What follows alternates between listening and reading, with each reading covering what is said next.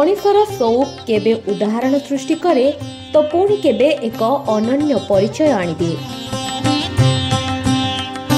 सेमिति किछि शौक मनिष पई और परिवेश पई बेस लाभप्रद होइथाय।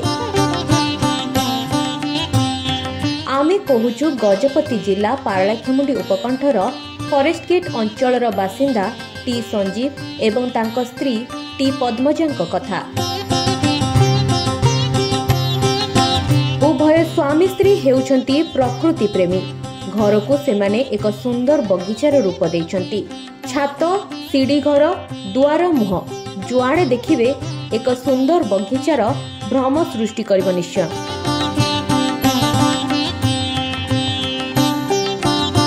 प्राय 50 रु ऊर्ध्व प्रकार औषधीय गछ सांगकु सुंदर सुंदर फूल फल आदि गछ तांको बाड़ी रे रहिछि। तांको बगीचा रे रहिछि 100 किसमर फूल एवं औषधीय गछ।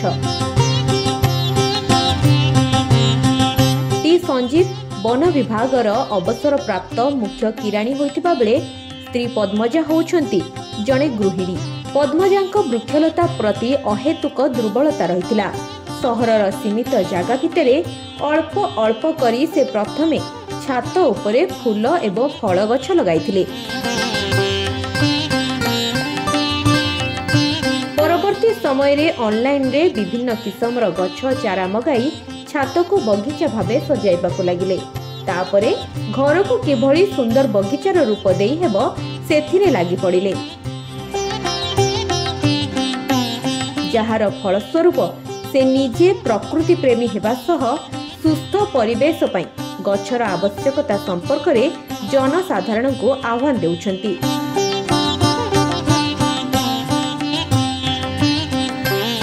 तेणु से निजर विवाह वार्षिकी हेउ अबा जन्मदिन रे गछ लगाइबा सह गछ मध्य बांटुथिबा कहचंती। तांकर एभଳି प्रयास पई तांको हैदराबाद रो हैप्पी गार्डन्स और सिटी टेरेस्ट गार्डन पक्षरु विभिन्न प्रोत्साहनमूलक मानपत्र मध्य मिलिछि। Gajapati Vivekananda Behera report free2speak.in।